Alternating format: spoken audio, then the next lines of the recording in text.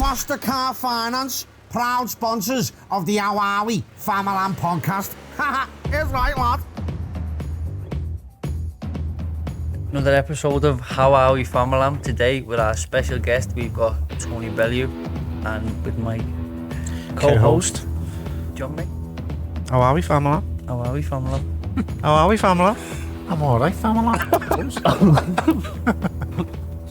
It's a new word I've added to my dictionary. Yeah. How are we, Famalam? Famalam, hello, Yeah, Famalam. so thanks for coming down, so we appreciate your time. I know, Anytime. you're very busy. Back to the start, that's where it all starts. So for you, Okay. what was it like growing up, where you grew up? In Wavertree, it was alright. Different than the world that we live in now. But it was alright, you know. Tough, and, you know, you'd have to be one of two things. You'd either have to be able to good at telling jokes or good at having a fight. Yeah. Fortunately for me, I was alright at having a scrap, and I know a couple of jokes. Don't tell them as good as our man here, but you know, I could do a little bit of both, but much better at the scrapping side. And schools, so what schools did you go to? I went to Lawrence Road Junior School, and then I moved on Lawrence Road Infants, Lawrence Road Juniors, and then I went to Chilwell Comp. And my ma tried to get me in SFX. No one ever knows this story. First time I ever said it. My ma tried to get me into SFX, and because Lawrence Road was a Protestant school and I was a Catholic, Yeah. if I'd have gone to St Hughes's further up the road on Ale Road, just off Lawrence Road, I'd have just got straight into SFX directly. But she liked me in Lawrence Road because it was close to the house. That way I could walk home on my own. She wouldn't have to come and pick me up. It's not soft, is it? Yeah, she went soft. Not soft like my mum and dad. So yeah, I was in Lawrence Road, and then because I was in Lawrence Road, I had to take a religious test talking to these monks or priests or whatever they are when I got to Did you, SFX. Yeah. And he said to me, "So you're a Catholic, Anthony?" And I said, "Yes." And he said, "So what happens at this part of the hymns in church, or what happens at this part, or what does this thing mean?" And I just looked at him and just said, "I haven't got a clue, lad." I said, "I don't know what does this verse mean? What number of the verse would this be?" And I just looked at me, man, and I looked at him, and I just went, I don't know. And how am I supposed to know that? Yeah. And he was just like, "Well, you're not really a Catholic, then, are you, son?" And I was like, "I didn't say I was. My ma said I am." You know what I mean? So he said, "Okay, then, yeah, we'll get back to you." And 2 weeks later, I got a letter saying you are in Chilwell Comp, not in SFX. But your mum was gutted. Yeah, I think she was, because my eldest brother went to SFX. My second elder brother, Wesley, Craig, went to SFX. He was quite a clever lad. He went on from SFX to work for the Inland Revenue, the absolute scum of the earth. And then my other elder brother was Wesley. He went to Chilwell, but he was a really good artist, so he ended up getting a degree in graphic design. He's an intelligent boy, my other elder brother yet. So two of them have got brains, and that was it, mate. Just Chilwell Comp wasn't just a mad play. When I look back at school, I have some regrets, because I suppose, number one, I should have paid more attention. Number two, I should have stopped worrying about chasing skirt and focused on the work. And then number three, I just like to have a laugh with me mates. It's mad when you look back and you always hear older people say, don't you, the school's the best days of your life. Yeah. And you go, wish these knew. Yeah. If I went to our school, you would know. But It's funny that. upon looking back, it was. Yeah. Because all I'd done, mate, every day was just laugh, get the piss taken out of me, take the piss out of other people, wind people up, get wound up. And I was a chunky kid in school, mate. So I was the life and soul. I was like 15 years old, 15 stone. At 13, I was 14 and a half stone. Really? Yeah, I was a big boy. Which is all boys school, so Well, no, it was boys and girls, mate. So yeah, that was a big bonus, because So I just you- used to love looking at the elder girls. So you were a bit of a chubby kid? Oh yeah, but Chubby would be putting it mildly. Was it, yeah? That kid, mate. Is that how you got into boxing? Well, I kickboxed first at a good standard for a guy called Alfie Lewis, who was like the best kickboxer in the whole country.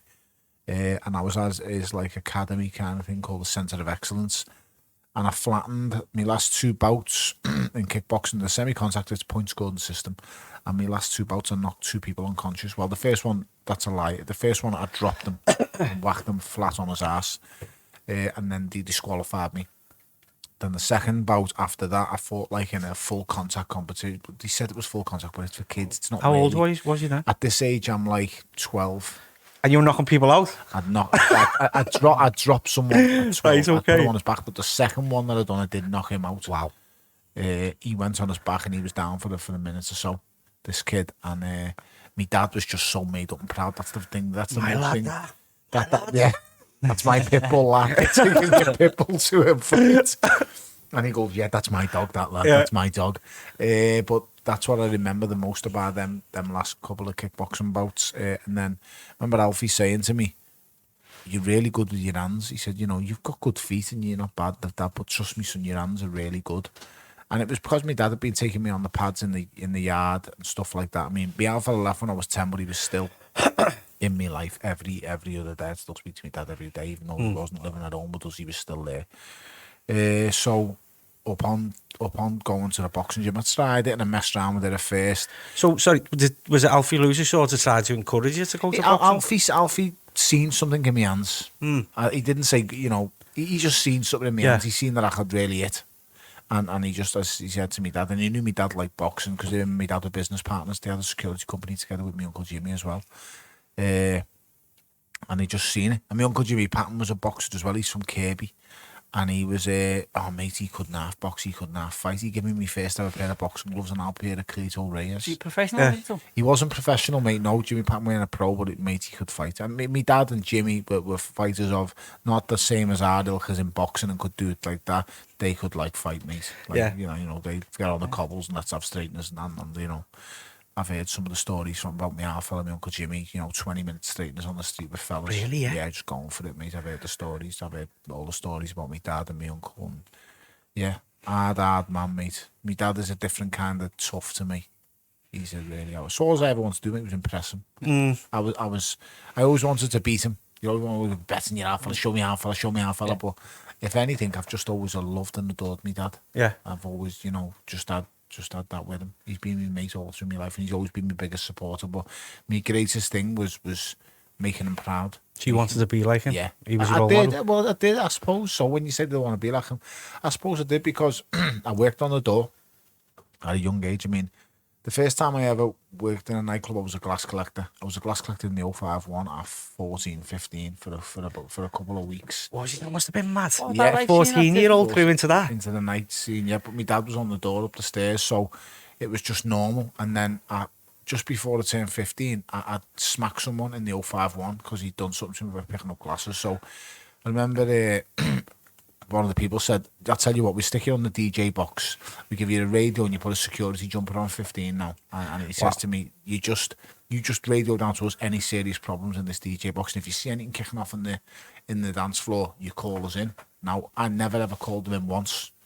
And I was 15, but mate, I was boxing fully at 15. I could fight now. Now I'm grown. I was big for my age. Were you like, don't worry, I'll see you with it? One of them? Yeah, it was mad when I look back on the things I was exposed to at 15 years old in a nightclub environment. I would go to these nightclubs at 15 and I would be in there with my security jumper on and a DJ box, stopping people coming in. And I'd go to school on Monday and explain the stories to me mates, and they must have thought he's bullshit, he's full of shit. I said, lad, I seen this dancer in here, she was breathing fire and everything. She had a tongue and that was all she had on. Fuck off. Yeah. Was it exciting, so being exposed to this at that young age? It was mad, mate, because I look back now, and it's only when I look back on my life and me what's happened, what I've done, that I think, what's going on, lad? Think about it though, you're 14, 15, you're not with kids, you are in school, but you're through into this. Whereas you probably grew up dead quick. Or you learned, you've seen a lot more at that age that maybe you shouldn't have, really. Yeah, I've definitely seen that. I've definitely seen that, and I looked at how I've grown up and why I've grown up the way I have. My half fella left home when I was 10. He was a brilliant dad, just not a very good husband. And my younger brother's gay, so being at that age, my two older brothers have now left home. I've got a job on a Saturday that I work, which I love doing. You know, I couldn't wait to get to the weekend to go to work. It was boss. The things I'd see, but then through the week I'm 15, so I'm defending my little brother who's gay, and it's quite evident that he's gay from the way he speaks, the way he carries himself, the way he does things. So the amount of fights I'd have every week defending and just cracking people and slapping people and chinning people, and just because the things I've heard him called over the years, and being young, gay and black doesn't help. You know, we're all four of me and my brothers are mixed race. You're talking about 20 years ago, are you? 15 well, years I'm 38 now. So, mate, it's the best part of 20 years ago. Yeah, so then, like, kids in school would have got it, wouldn't he? Of course, mate. You know, he's called little faggot every day when he goes to school. You're queer and this and that. So I'm the one who's had to go down and sort this out. And then, you know, I'll warn the kid, and then the kid's our fella comes back the next day.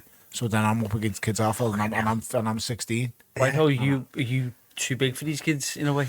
I was a big kid. Yeah. I was a big lad, but I had a kid's face, if that makes sense. I had a big frame on me, and I wasn't developed or muscular or nothing like that. I was just a big, heavy kid, but you could see I was a kid when you looked at my face.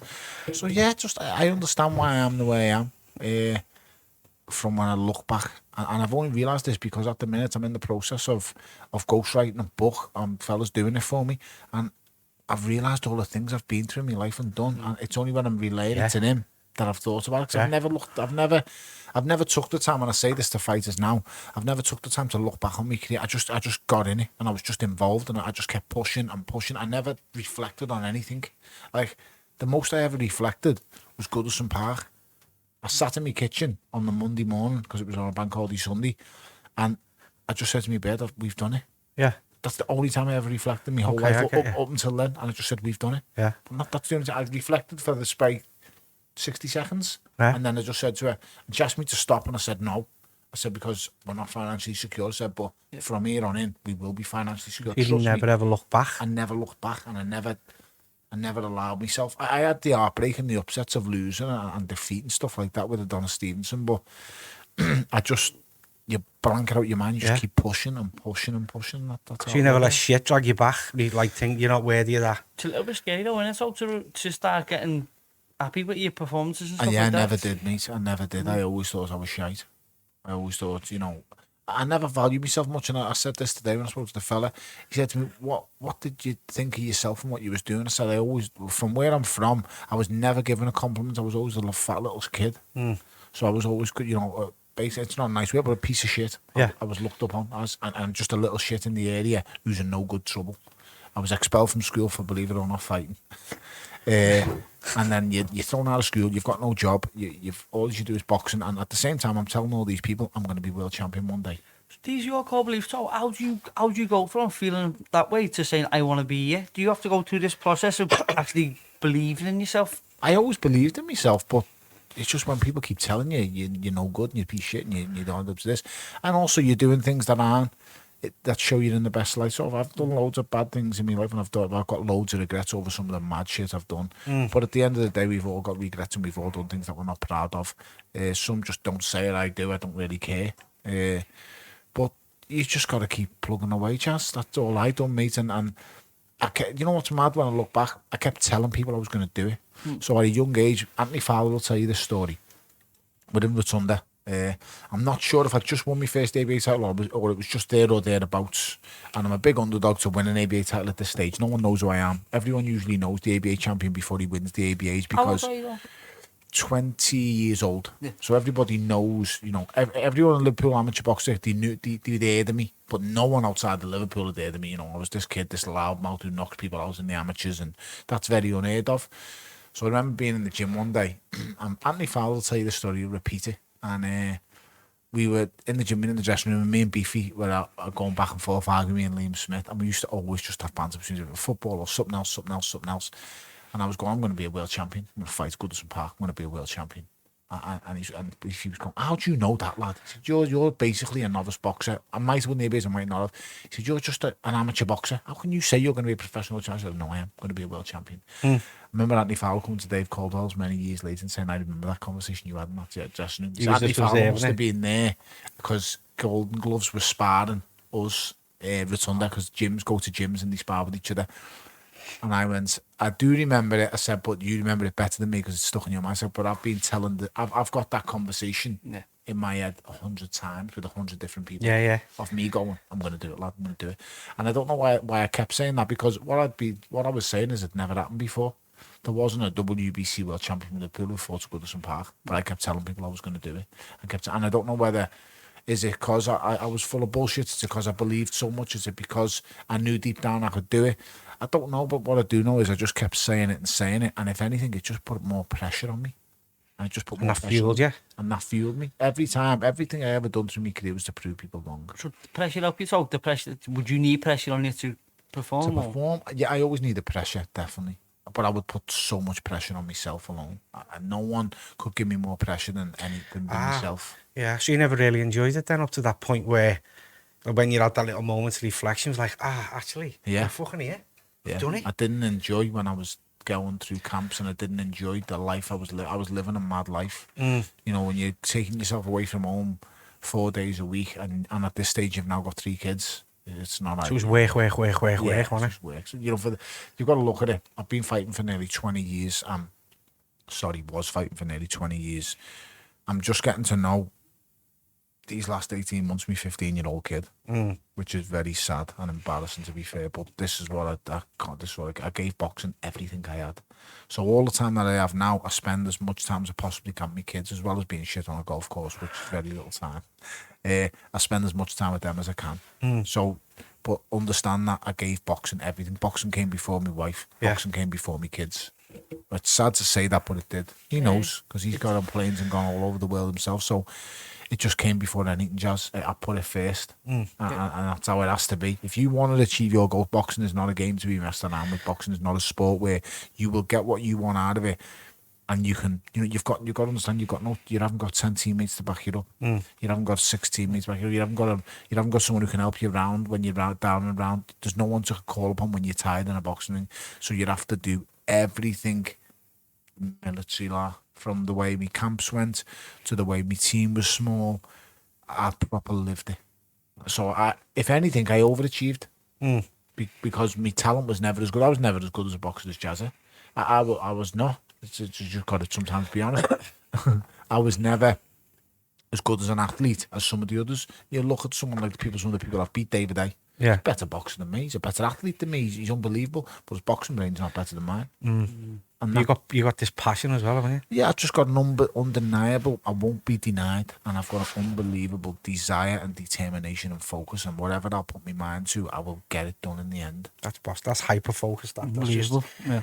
how's that, having like hyper focused like that? You're saying about your missus and stuff, and if you don't mind me asking, did that affect you? Like, because she's had to support you big time. She's always supported me. She's always been brilliant. She's perfect. She's too good for me, to be totally honest. She's just.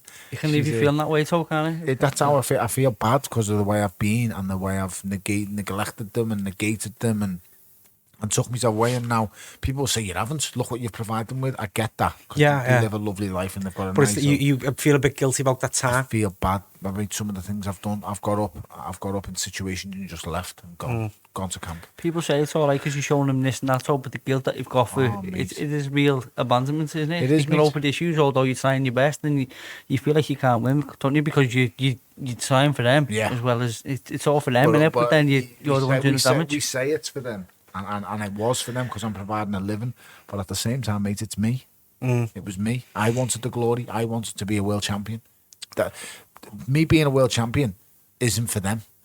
I fight for them, and when I bring that check home at the end of the week, it goes on them. But believe you me, mate, that goal and that dream I had as a child, that wasn't them.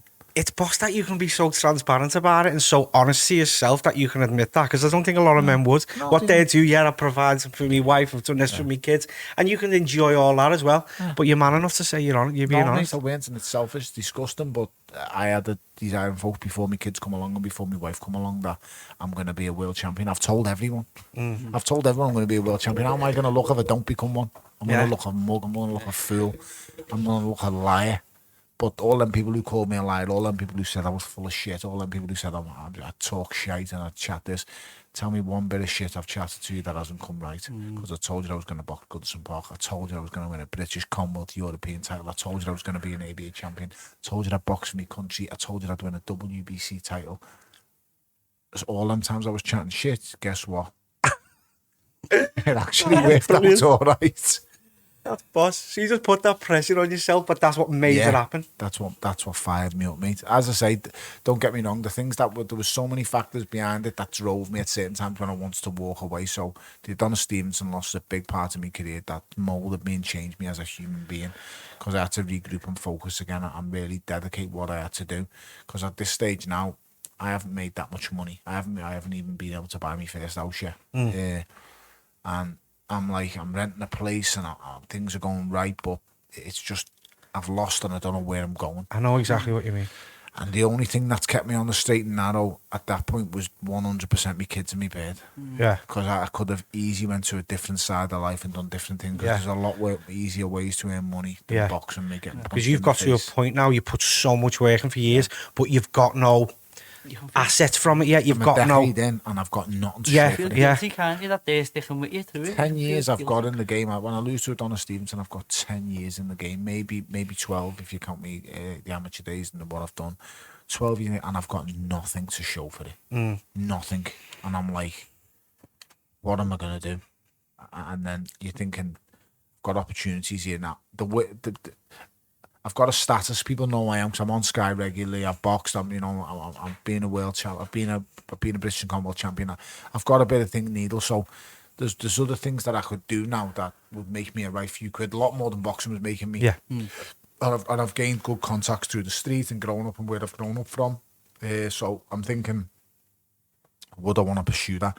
And then I'll be totally honest, the only thing that stops me doing is my kids and my missus and the thoughts of going to jail. That's the only thing that stops me. It's like the dynamics are all good there. It all works for you to... Yeah, to just stick at boxing and stick with it, because as I said before, there's much more easier ways in life, mate, and you can earn a good living. You can go and earn a good living legally, but I always, when I left home, and had my first child at 21, I swore that I told her that she'll never work again, and I swore our kids are going to have the best of everything, regardless of how I'm going to get it, I'm going to get it. Yeah. And that's the mentality. She always known everything. I've always said to her like that with certain things. Don't get me wrong, I've fed her a bit of shite over the years about where I've been and what I've done, but I've never ever promised her something and not delivered. So I told her that she would never have to work, and I've told her these kids will have the best of everything. And I told her that upon getting pregnant with our first kid. And she's never worked a day since. Not that she doesn't want to, because she still has to go to work now, the crazy lunatic. But she does work though by supporting you children. She has the hardest worked, job in she's worked the hardest job in the world, mate. I could not do the job she does for our kids. I could not do that, mate. Yeah. I would go insane. I'm only realising now these last few years. As I said, I've just got to know me 15-year-old lad. You're a team, aren't you? Do you know what I mean? Like, she's supporting you, and it all works. You'd like to think that, but you'd have to really look at the reality of it. A team spends every minute together. A team does everything together. Yeah, for the whole duration of my kids' first 13 years on this planet, I've been here for some months and gone for other months. I've been here for some weeks, gone for other weeks. And even when I'm home, I'm not really home, so all I'm thinking about is a fight. And every title fight I've had, I think I must have had in 34-fight career, I believe that 22 of them were title fights. So they're 22 12-week camps. Wow. 22 to 3 Just to say that alone, so bad the title fights, that's rare, isn't it? Yeah. Fighter has more than half his fights with titles. No, when you go back to the Adonis Stevenson fight, he's an amazing fighter, but one thing that always sticks in my mind is the picture of you before the weigh-in, the way you were killing the weight. Which one? You said, I think you put on the social media, you sent it back home to your wife saying... Oh, yeah, that, you know what, Jazz, that was in Jersey, and my head looked skinny and looked like I'd been crushed by a vice. That was in Jersey, and that was 2 or 3 weeks before Adonis Stevenson. It might have been 2 weeks, because the week after I left for Quebec on a flight from... so I'd done all that camp. I was in Jersey for a month, Jersey and New York, and I lived over there in an apartment, 3 of us, me, Mick, Gary and Fran, and we were living in this apartment, and I remember sending me bed up, because all she'd ever say to me is she wouldn't ask about the boxing or the technicalities of it. She knew I knew me stuff about that, you know, I'm clued up on it. She'd always just ask me, how's the weight? How do you look? How do you feel? And I sent that picture that I put up, I sent it to me standing, I've got abs and stuff like that, and I went, I've got these abs, get a look at that. But I'm so busy looking at the abs and how your body looks and how it's cut up and stuff like that, that I didn't, you're oblivious, you don't even look at your face. I look like I've been in a concentration camp. Why would that lean? Oh, mate, it's I'd have to... It goes past lean, doesn't it? So it's like self. So when you look at this, it's no good telling you, because you just don't understand until you see it. That like diet base, it just went... It's not nice to look at. It's horrible. I've got 2 pictures. So I've got one before I fought Isaac Chilemba. That's not a nice one. and then I've got this one of me, and they're both horrible. So on both of these pictures, on one of them I've got £10 to go, and on one of them I've got £5 to go. So it's on this picture I've got £5 to go still. That's one picture. That's before Isaac number one. Oh, right. Okay, doesn't look like you. I know. I've never seen that. Like, I see it at weigh-ins and... The fear at that point, Tom, the fear of moving up just one weight class is terrifying, and you think, that's that. Especially when the weight class is two stone heavier. No, it's not £4, it's not £6, it's 2 stone. So then the next picture is horrible, because I just didn't realise how horrible it was until I actually looked at it. Do you say that was £10 out, that one? That one was £5 out. Now there's another one here that's £10 out, and it just disgusts me. And when you're winning, John, you get away with it, so you don't look at your faults. You think it's all right because you're winning, but it's only when you lose because of it, and you see, "Bloody, I need to do something about this." But when you're winning, it's all right. You feel great. You actually think you look great. You lie to yourself. The fighters are the best liars in the world. It's the truest saying, mate. So they start thinking about an image thing or something? No, we just lie to ourselves. Well, what you got to do to get to the weight? Tony will talk to you now what he has to do about how he will get to that weight, but the things that you have to do to get to the weight, it's horrendous what you're doing to your body. But it's not like a bodybuilding competition where it is, but then on top of that, then you don't have to fight the next day. Then you have to go to 12 round fight with a man who could potentially be in the best position and shape of his life. Yeah, and he's naturally got down to that point. Yeah, he's strong. I can't find the bleeding picture, but it's horrible. It's not a nice picture, mate, and my head looks shrunk. And it's just, and I think back to what I was thinking at them times, and it's just stress, mate. It's just all as you go through. So tell me, what type of things would you have to do? Like, just tell them, Jazz. You know, mate. Yeah, I was doing it myself. That's why I know what it's like. At 8'10", you're in a sweatsuit every day. You're cutting such a mad amount of weight leading up to the fight. I'm still in my career, so I don't want to talk about it because the boxing board of control could potentially get on your case. And don't incriminate yourself, lad. One time I thought I was having an heart attack. It was the day that I signed with you, Tom.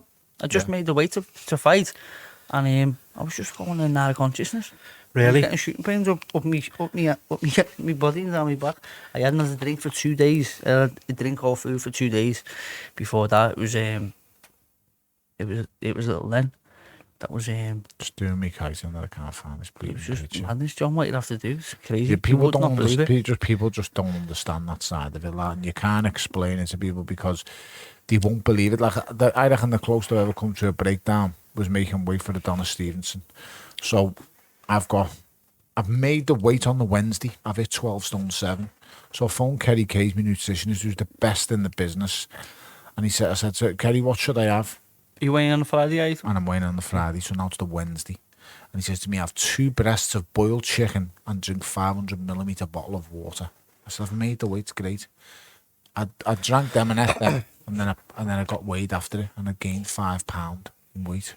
The food didn't even weigh that. Food didn't weigh. Water. Just what happens is your body just literally holds on and drags on to every single thing. There's the picture that I'm looking for. That is with £10. That's the one I was talking about. That's the one with £10 to go. No way. Turns into Kenny then. Turns into Kenny then, John. No way. That's no way. That's with £10 to go. Can we stick that on there? Wow. That's the one. Is that on the internet, that picture? I'll just send it to you now, Jess. That was with £10 to go, and I remember thinking, it's that having to fight the next day, innit? Yeah. Because as you said, if you're doing a bodybuilding show or a men's physique show, it's like you can just go and fill your boots. You've got no pressure on you anymore. No, there's no problem with that, Jess. I've just sent you it now. Yeah, £10 to go on that. So at that stage now, I've gained £5 on the Wednesday, and I go to bed Wednesday. And Kerry said, "Go to bed. You'll wake up in the morning. You'll be back to 12 stone 7." I woke up on Thursday, and I was 12 stone, and I was 12 stone 12 still. Wow. And I was like, Kerry, I phoned Kerry. Said, "What am I going to do?" He said, "Tone, I'm not there yet with my sauna suit to get in the sauna suit." And I was like, "Kez, I've got to get this weight off by tomorrow." He said, stop eating and drinking right now. So it's now Thursday morning. I'm not eating or drinking nothing Thursday morning.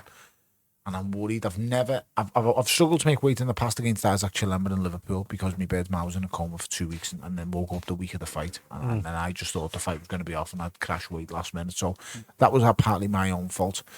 But at this stage now, I'm £5 over the weight and I've got less than 24 hours to weigh in.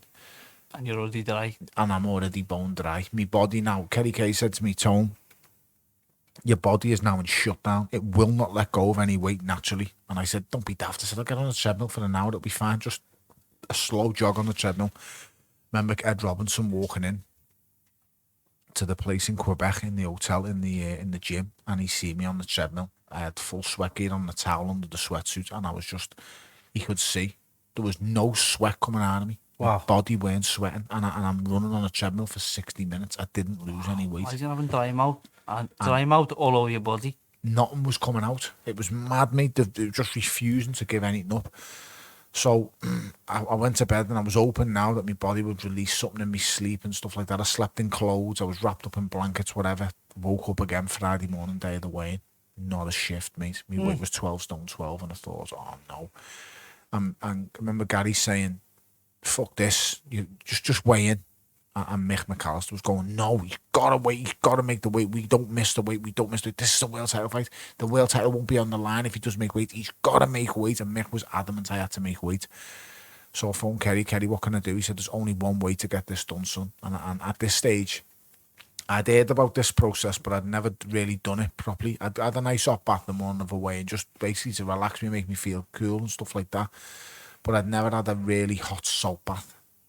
And he said, fill the bath with as much salt as you can get your hands on, and it's got to be so hot it hurts to get in. And I was like, he said, this is not a natural way to do it. He said, but this will get it out your system. He said, it will draw fluid out your body. No way, it would you, wouldn't it? Yeah. It drags the fluids out your body. So it's not like you're training and you're sweating it out. Yeah. Dragging it. It's amazing. Like forced sweat. The first time Eddie Earn had seen me in 10 weeks was when I knocked on his door. He was in the hotel room waiting for me to go to his room first, and then we go to weigh-in together with a couple of lads I was with. And I always remember knocking on his door, and his eyes just looked at me when he opened the door, and he went, look great, Tone. And then he hugged me, and he patted me back, and it sounded completely hollow. Wow. And he doesn't know that I've never said this before. As he hugged me and was patting me back, I could feel him shaking his head at Gary behind me, as if to say, it's too far. I felt his head wobble, as like that. He's hugged me and I'm there like that, and I felt that movement there, and I knew he was shaking his head as if to say, this is not right. When you kill yourself to make the weight, you get conscious as well, don't you? So you know people are looking at you. Yeah. Because you're... Yeah, I can imagine. To look and you don't want to look in the eye or nothing like that. And I remember getting to the scales and thinking, I've won because I've made the weight. That was your biggest challenge of the whole thing. Biggest challenge was the weight, and then once I'd made the weight, I lost me right then. He got it close to my face, and I just buttered him, mate, as I could. And really whacked my head into his face. Yeah. And so I remember Kovalev saying to me after it, man, you are crazy. If you cut him, the whole event is off. We have no money. And I was like, if I give a fuck about money, lad, I'll kill him. And I was just, oh, mate. Just as I say, I've never lost. I've got a street mentality when I'm put in a boxing environment, and I'll never lose that. I just can flip and lose it. I don't think about the money. I don't think about the event. I don't think about belts. If you put me in a boxing environment, I've got a street mentality, and I'll never lose that. One thing that surprised me, so all the discipline that you get from boxing, but when you were in the SAS and you were hitting you turn, it went a punch, was it? Obviously, no. but like you turn back. I whacked John Fashanu with my shoulder. Yeah, but he was the only one I whacked. I didn't touch anybody else, just John Fashanu, because when he turned up, it was like, I've known Fashanu through football, Wimbledon, the Crazy Gang and all that shit. It's before your time, this jazz. Good. So when he turned up at the SS thing, I went on the SS thing. You've got to remember, in the May, I'd snapped me Achilles, one of the ligaments in me ankle. Not me Achilles, the ligaments in my ankle, I snapped it. And they got it back. Danny Donaghy, thankful of Everton's medical staff, got me healed up and got me healthy again. I snapped it in the May and I went on the SS in the October. So that's a quick period turnaround for a snapped ligaments in your ankle. To do something challenging like that. Yeah, to do something challenging like that. So I always had that in the back of my head, I'm injured and I don't want to lose to injury. So when I turned up, I didn't know anyone. I'd heard of Joey Essex and I knew John Fashanu was. So oh, sorry, Katie Price, everyone knows who she is. So that was about it, really. I got to know Lockie, who will be a friend of mine for life. We speak all the time now still. And then a couple of other people. So I'm on the show and I thought, John Fashion. So we're in the hotel and I'm not really a quiet person. I'll if I don't know you, I am quiet and I'm pretty reserved. So I just sat in the hotel room, in the hotel lobby this day. Everyone's arriving and I just watched them. I just watched how they behave and I just watched the words they were saying. And I was sat there and I just heard Fash going on about I'm a 4th Dan black belt and stuff like that. And I just thought, yeah, I can see this coming to a head here, or he's going to try that shit with me, mate. It's just going to be a swift ending. Do you think he was saying this so you heard him? No, I don't think he was. He I think wanted to challenge you a little bit. I just think he was in the moment, and he was just out there fashion. He was just, yeah, mate. All right. Realising the heavyweight champion of the world. So I think he knew, but I just think he was putting out the feelers if to say, listen, I'm not to be messed with. And I've always had that mentality of, listen, mate, the big dog's here. Don't piss the big dog off because the big dog challenge me. Yeah, the big dog bites, mate. And it come to the boxing challenge, and I told the producer there, I says, I will not strike anybody, so do not put me in a situation where I have to punch someone because I won't do it, and you'll be sorely disappointed. It won't matter what. The gloves come out first day. We've been beasted a little bit physically. Everyone's a little bit tired, a little bit drained. We've been led out in blind folds and we're out, and this next thing that all the boxing gloves appear. I remember just looking at Ollie Ollerton and just going, I'm not hurting no one. And he went, you do as you're fucking told. And I went, I've just told you, and I told your producers before they come on the show, I'm not punching anyone. I said, I've hurt enough people.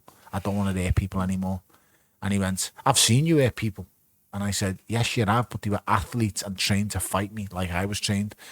And he went, just fucking get them on, will you? And I was like, bit me lip. That was the first time I felt like fucking throttling one of them when he said that. Just do as you're fucking told. And I put the gloves on and I thought, okay, well, I'll just make them miss.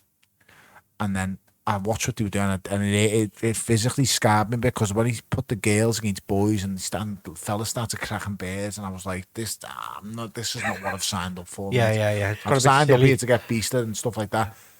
And Ant Middleton could see it was having an effect on me. So then he pushed it, he put another bird against the lad and he banged the bird over, and then he put another 2 girls against each other, and I didn't like watching. He put Anthea Turner against Steady, and she just belted her with these left hands, and Steady's only got one arm. She's a para-athlete, Paralympian, and she's smacking this hand, and I was like, I didn't like watching it. And this Ant Middleton could see I didn't like it. So he went, next up, Tony, get in.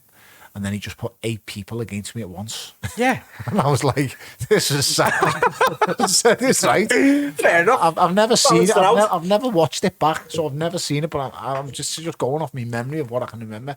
8 people. And most of them were birds, and there was 2 fellas. So I thought, not a problem. But one of the fellas was Fash. Go ahead. So my card was marked right away on him, and I thought, here he is, the fucking dojo specialist. I thought, as he comes in, I've got to let him know. The rest can knock fuck out of me like they want, whatever he want, but he has just has to know. So I just got really close. And Jazz will tell you, when you're a fighter, you fight side on. You can't be shifted. Your weight's balanced. You can't be moved. So I just got side on to him, and he comes straight over at me like a Thai boxing guard like style. So I just put my shoulder into his solar plex and just went, fuck off. With my shoulder right into his solar plex, and he flew back about 4 foot. Yeah. Now, for a martial artist, his first thing he would know is to stand side on, have your weight correctly balanced, because so you can't be moved like that. When he went flying back, it was sound then. Yeah. I just thought, shit sound. You understand. You know that I've got this in me to just lose it, take a step. Yeah. And then, to be fair, the girl who produced it, the girl who presents Blue Peter, whack me on the side here, nearly knock me out.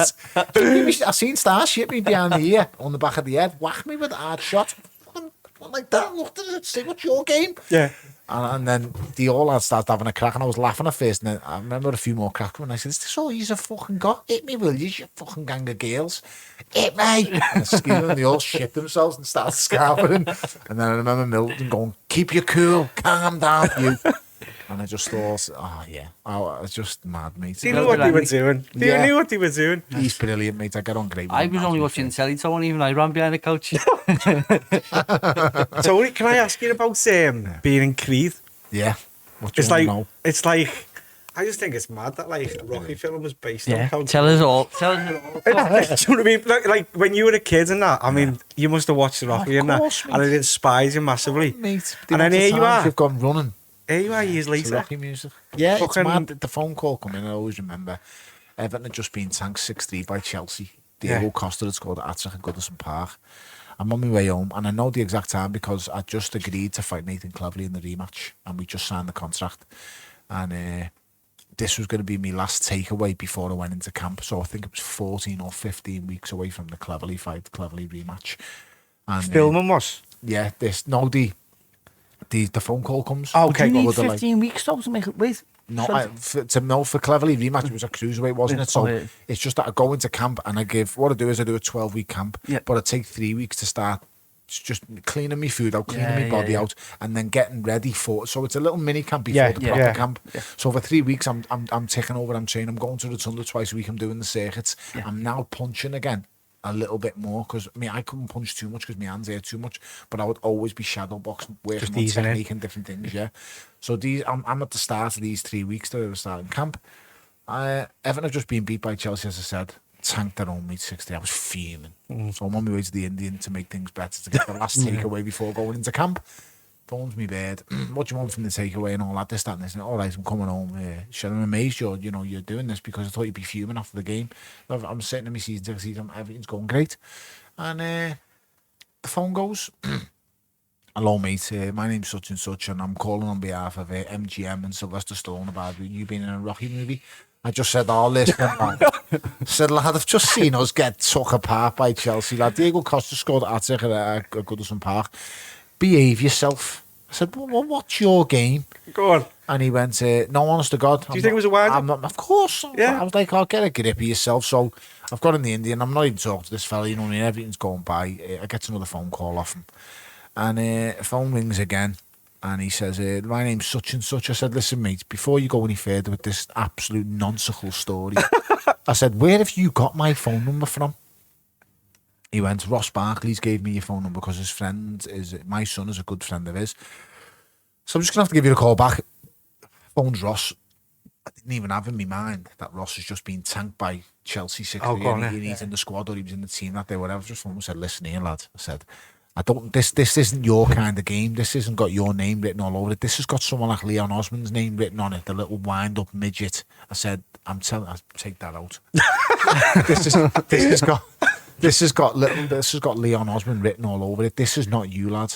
And he went, so honest to God, me mate's dad is mates with Sylvester Stallone, and his right-hand man wants to speak to you about being in a Rocky movie. I said, Ross, I swear to God, lad, if yous have got me on a wind-up turning up somewhere, your car's going to be on bricks in Finch Farm on Monday, lad. I'm telling you now. Anyway, phones the fella back. Takes the details, arranges a meeting, and before I knew it, mate, I was having a meeting in the Malmaison Hotel in Liverpool. I'm walking in, just thinking. I remember telling me mate and me bird, and saying to them, I've been asked to go for an audition it wasn't an audition, I've been asked to speak to people from MGM Hollywood about being in a Rocky movie called Creed. It's an offset of it. And me bird went, don't be so ridiculous. What would a movie want with you? You're so naive, don't be ridiculous. Me mate went, lad, I'm just turning up for the laugh, as if they'd want you in a Rocky movie. I'm just coming to buzz off you when it's a wind up. He come with me, and the only thing that was buzzing at the end of it was me, because I just, thought these people really do want me for a Rocky movie. Well, anyway, to cut the story short now, I rejected the first 3 offers they made me. Did you, yeah? I said no because I didn't think I could do it. And I said to Because you're training for this fight? No, first of all, I said to them, I'm scheduled to fight a fellow called Nathan Cleverley in a rematch. A really big fight for me. City, for me, it's massive. He's a former world champion. We've had one fight, we've got history. If I don't win this, if I lose this fight, I wouldn't do the movie anyway through the shame of losing. And they went, well, that doesn't mean nothing to us if you lose an actual real boxing fight. And I was like, no, it means something to me. And then after that, I said, I've never acted before. Why do you think I can act in a movie? And they said to me, well, the director is the one who believes you can do it. And I said, well, the director's not here. The next day, the director flew in. Yeah. The next day. So Ryan... He wanted you that much? It's mad. When I look back now, I wish I knew what I know now. Because I've got a lot more to know.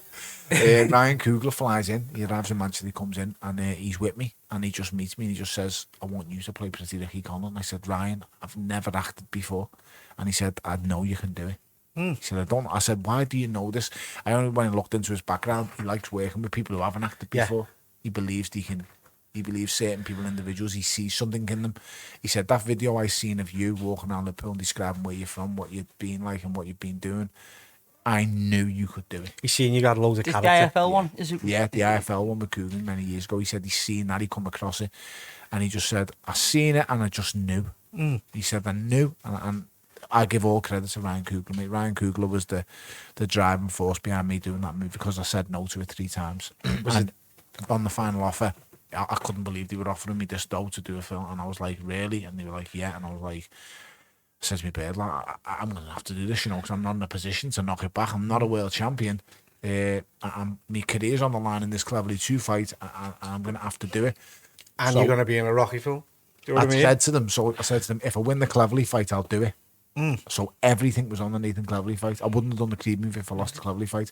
So the whole of Hollywood were tuned into Sky Box Office for the Cleverly rematch. Sylvester Stallone watched the Cleverly rematch with Coogler and Michael B. Jordan. Yeah. And they watched it, and then I remember getting the phone call right after, said, I'm doing it. I'll sign the contract tomorrow. I'll sign the contract on Sunday morning and send it over to the MGM. The Cleverly was amazing win. So after that, from your fight to the actual film, what acting experience did you try and get, if any? Or no, I just said, you know what I've done? I thought I'd beat Cleverly, and then I got flown over on a beautiful first-class flight to Philadelphia to meet up with the cast and the director, Ryan, again, and see what I was like, me screen testing. And mate, basically, he said, I'm playing the part, but he wants to see how we choreograph the fight. Yeah.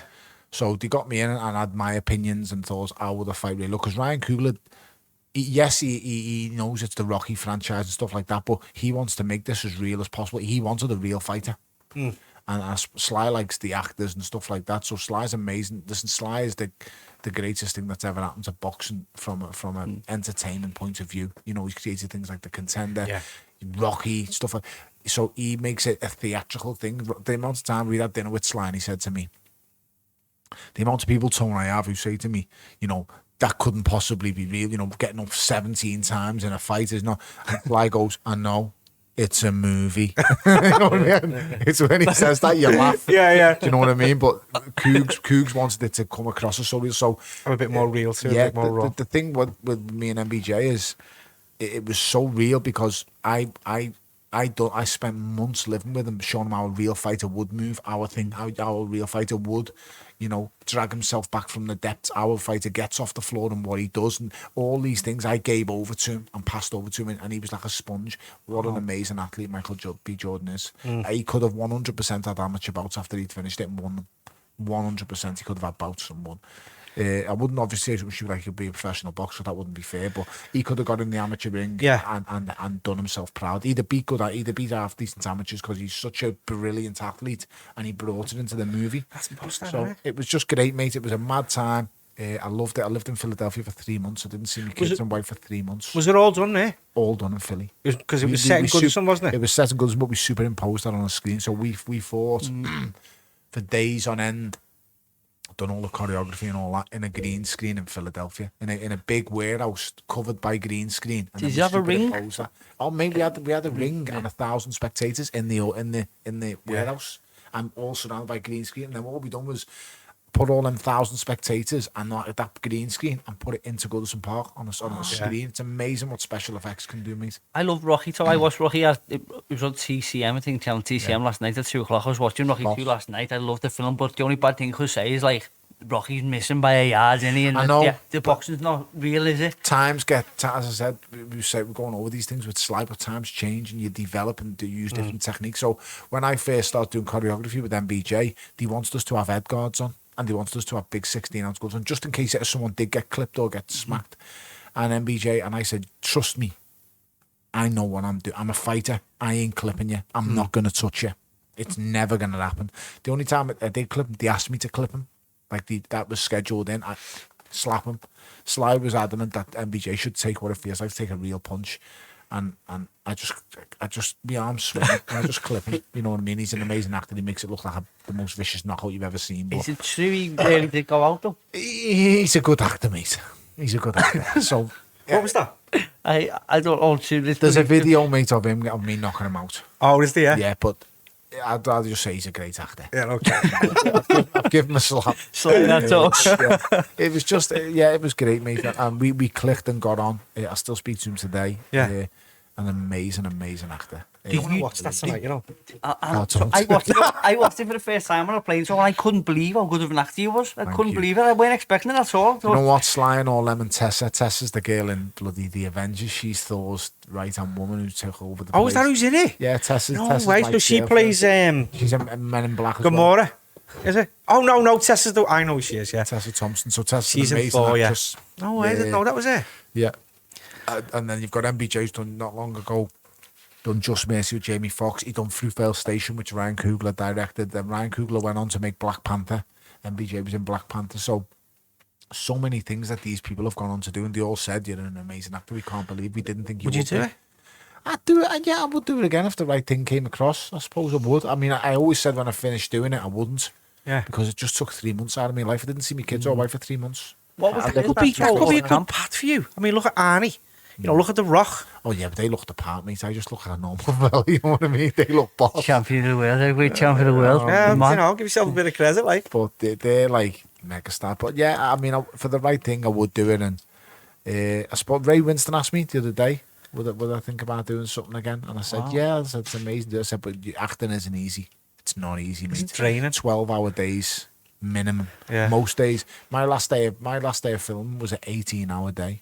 Friday night, 18. I started work at 7 o'clock in the morning. It was an 18-hour day. Finished on the Saturday. Drained to hell. Crazy. Was it good to get other actors' experiences like Jordan? So is there Michael B. Jordan? Yeah, is it good to get the one thing they said to me was, when we do the choreography, Mike would ask me, what does he think the fighter would do at this stage? What would you do at that stage? Whereas Sly would say, do this. This is going to look theatrically great. So Sly wanted me to literally pick him up at some point in the fight and throw him with my arm and literally launch him like Dragon Rocky in the fight. And I was like, Sly, we can't do that because it's just not really. He went, Tone, just do it. It'll look great. So I just do as me told. I just do what he tells me. See what Sly tells you. You know what I mean?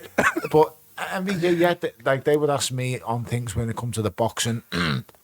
And then when it came to acting, when I actually had to sit down with Graham McTavish and do my roles with him and do my thing at a table with him, I would ask them, how would this be portrayed, how would that be portrayed? But listen, it's not like they were asking me to play a brain surgeon, is it? You were just being yourself. They were asking me to be a boxer from Liverpool and a world champion. The only difference was at that stage I hadn't been a world champion, so I just had to pretend to be one, which I was pretty good at doing in the first place anyway. Yeah, it was being yourself, but you know, when you're thinking about, I remember doing a dead long interview for the movie that doesn't make the movie, but I remember the camera crew and the director clapping after we'd been there for 5 hours going over this scene because we were doing a 24/7 HBO kind of documentary thing.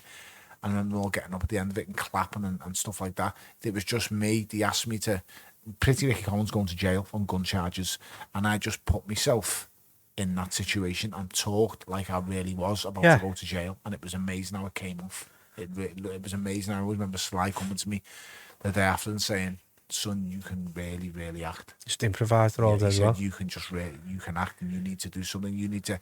He said to me, Erwin Winkler said to me, "You need to come over here and live with us. Do it. Forget the boxing." He said, "Do it for a laugh." He said, "Forget the boxing." I said, "Oh no!" I said, "I've got to become a world champion. I'm not stopping nothing until I'm world champion." I told him. He said to me, "You can do well over here. You will do fantastic. Just come over here." He said, "It'll be tough for the first year." He said, "But trust me, you will land a couple of roles and you will be set out here for life." And I said, "I've got to become world champion first." I'm big so on the laws of attraction and visualising seeing it before you actually get it. Did the movie, being a world champion at Goodison, actually do anything for you in that way? Or it was mad, innit? Because there was so many pictures flying out me with WBC titles, and then all the memes come. So I've got 2 belts over the waist, and at this time I'm only a British and Commonwealth champion. Right. I've lost 2 world title fights, so he said. I mean, I still think to this day I beat Nathan Cleverly, but didn't get it, so you know it's a loss. Adonis Stevenson, my world shattered, I've lost. I'm standing now with 2 WBC belts on pictures and stuff like that, and these pictures are now into the world of the social media and the media's hands, and the amount of memes I'd see of Tony Bellew, there he is 2 world titles, but none of them it is. You know, the Pretty Ricky Collins, the gobshite. Did that fuel you again? So you once again, like world champion at this point? At that point, I've always looked at myself and thought, I know I can become a world champion. I know technically I know I'm good enough. Yeah. I've got a good enough brain. I just need the right opponents at the right time and the right opportunity. It doesn't matter who it is, I'll find a way. As long as everything fits into place, I will become world champion. So I had them thoughts, but it's all right having them thoughts. It's a different thing getting it over the line. And so you've got to be able to kind of separate reality and fiction and just the hard, cold truth.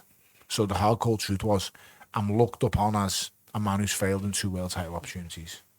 That's how I'm looked at. I'm the nearly man of British boxing. I've been a British and Commonwealth champion. At this stage, I haven't even been a European title. So it's mad. The month before Creed's about to drop at Leicester Square in England, Eddie Hearn puts me into a big, massive fight and a really hard 50-50 against Mateusz Masternak for the European Cruiserweight title, which is a hard fight. Masternak's had double the amount of fights I've had.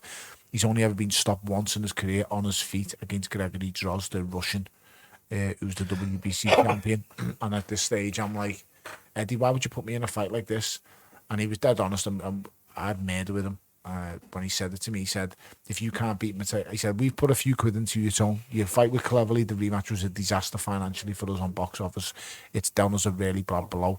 He said, now, you're at cruiserweight, you've beat Cleverly in a terrible fight. I said, might be terrible for you, but it's absolutely fantastic for me. I've done everything that I said I'd do. I beat up the cardio machine and outworked them for 12 rounds.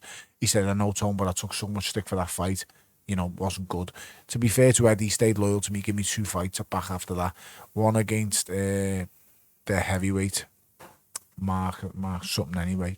And then another one against Spilker on the, not Spilker, another guy in an 8 rounds. So give me a 10 round and 8 rounds to get back. Then he threw me to the wolves. That's how they say it in boxing. Yeah. And he just basically said to me, if you can't beat Mateusz Masternak for the European title, you're not going to be a world champion. Over. You can respect him saying it like that, though, can't you? Talk, when you get put on the back burner and no one says nothing and you want you just to go away into the distance, that hurts, doesn't it? You can do that. But I was fuming, Jazz, because I've been loyal to him. And stuff like that. And then at this stage of me, he got the European title fight. I've agreed to it. The money wasn't good. The money was shit, if I'm being totally honest. But it was on AJ and Dillian White undercards. So it was a big exposure fight. I shine in this fight. Eddie said to me, you beat Mateusz Masternak, you've got a world title fight. And that's the only reason I took the fight. Yeah. And he said to me, if you can't beat it, everyone thought, a lot of people thought I'd lose that fight. So it was like a shit or bust, like a float or fucking... It's a sink or swim. Once again, I'm fighting for my career. I've been at this stage in my career. I'm on now my 29th fight.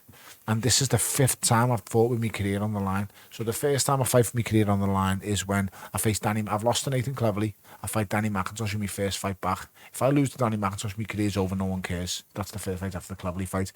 Then I go up against Isaac Chile. After that, before that fight, I'd had my career on the line because I fought over Mackenzie.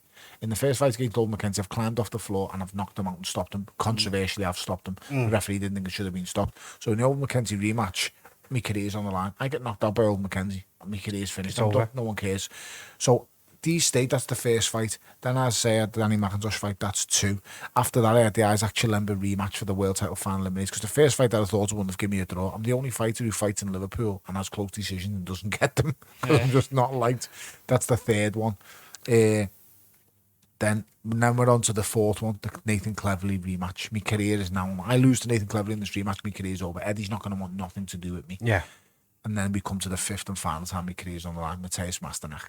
I lose to Mateusz Masternak, I'm done. It's intense going into that for you and your family. It's intense going into Not, as I said, I talked about this before AJ fought Andy Ruiz in the rematch in Saudi Arabia. I said this is the first time ever this little kid's walked to the ring and his career's on the line. It's a different kind of pressure, and I know because I've felt this pressure 5 times, and it's horrible. Because you'll just... Denny Matthews has felt it. Denny Matthews said this a couple of times. When you walk to the ring and your career's on the line, you lose this fight, you know no one wants not to do you, it's over. It's a different kind of pressure, mate. Yeah. It's a different... And each time I've had that happen, I've performed. Does it fill you with doubt now on this though as well? It fills you with doubt, mate. Yeah, of course it does. As I say, going as that Masternak fight, I knew I was better than him.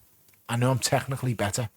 But I know this fucker's got an engine. And I know he's coming over here with a list of TUEs that's as far as your arm. I mean, he gets on the scales and he's got a spot. He's got a back like a 12-year-old spotty face. Yeah. And I'm like, what's going on here, lad? And I remember flipping Eddie going, lad, what's going on? And just losing my mind for a couple of minutes saying, you know, there's TUEs on things and the doctors are proving everything and all that. And, you know, people will look up and say what they are. But as I say, it is what it is. This is boxing and it goes on. But I beat Masternak and then Creed drops. So after I beat Masternak and Creed, so after I'm now British Combat and European champion, I've fulfilled them 3 things. And if I'm being totally honest, at this stage now, Creed's dropped. There's so much on me, pressure media-wise, that it really did propel me to the next. It helped get me a world title fight, definitely 100%. But now that you're British Combat European champion, I felt a sense of, do you know what, I've done all right here. I've done all right. I'm on Leicester Square red carpet. I've got Sylvester Stallone, Michael B. Jordan, Ryan Coogler, Tessa. I'm like, if you'd have got beaten that fight and Creed would have come out, would you have felt a little bit? I wouldn't have turned up at the premiere. Would you have been a bit embarrassed? I wouldn't have turned up. And I was contracted. They would have sued me, and I'd probably lost a lot of money. But I wouldn't have turned up. I'm just like that. So you was talking about before about not being able to enjoy things. Yeah. At least you were on your journey still, weren't you? I wasn't paying attention, but if I'd have lost to Masternak, I wouldn't have turned up at the Creed premiere. It's a genuine shame. You feel embarrassed to look people in the eyes after the loss. Do you feel like a public disgrace? Do you feel like you face public humiliation? You know what I mean? It's horrible, mate. Boxing's the most loneliest sport in the world when you lose. No one cares, mate. Honest to God, they don't care. No one cares. But then and they don't care when you win. No, mate, and you just feel like they do because you win it. After it's passed a couple of hours and a couple of days have passed. You know, yesterday's news, mate. Yeah. So after I've realised this over the years. So when after the Usyk fight, it's the only fight I never hid. I never hid away from the public. I just went out normal because I'd known at that stage what it was about. I knew what the game was, and I knew that I'd put my best display in and gave everything I possibly could have, and he was just better than me. I got tired, but I was exhausted, but he's better, and I can live with that. And what I couldn't have lived with is him calling me out and me saying, I've retired now, lad, because I was financially secure, let's be honest. I'd made the right few quid in the 2A fights. I'd set myself for life. From the 2 David A fights, I'd made double-digit millions, and I've never said that before on camera, but I'll say it. And then the Usyk fight was nothing to do with money. It was never about money, the Usyk fight. It was just purely about the glory of holding all them belts. And I went in the ring and I gave it everything I had, and it didn't work out. I got tired, mate, after 7 rounds. So, as I say, when you add it all up and look at how I've gone and where I've gone and what I've done, it's mad, it's crazy that I'm just from Liverpool, mate. I'm just a shitty-ass kid. Is it easier to accept that, the loss to Usyk after you've become world champion? I didn't even think about that jazz. I just thought he's the best I've ever faced, and it was going through my head while the actual fight was happening, because I was beating him, and I was beating him to the punch. I was making him miss. I was countering him really clever, and then, mate, at the end of round 7, I just remember saying to Little Legs, I'm exhausted. And he just said, you tired? I said, I'm exhausted. And he knew that my mindset is, you will never throw a towel in for me. He knew. He just knew. Yeah. In hindsight, he should have, but he knew there was a severe consequences to take if he did throw himself. So he couldn't. He knew he would never do that to me, Dave. Yeah.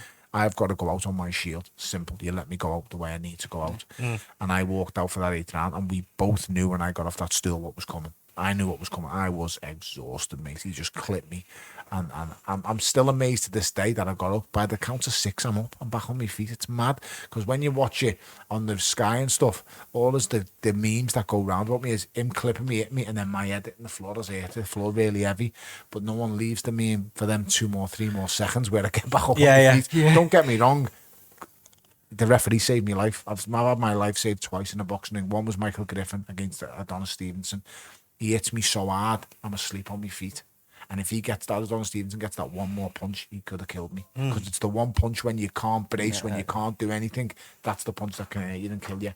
And it's happened to me twice in my career. One was against Usyk. When he dropped me, my head bangs the canvas, and I struggled to get up, but I'm up at 6. And the referee said to me, carry on, and he just looked in my eyes, and my eyes were looking to see him. He just said, no more. But Michael Griffin, Stevenson hit me with the left hand, and I'm asleep, and he hit me so hard, he's turned me.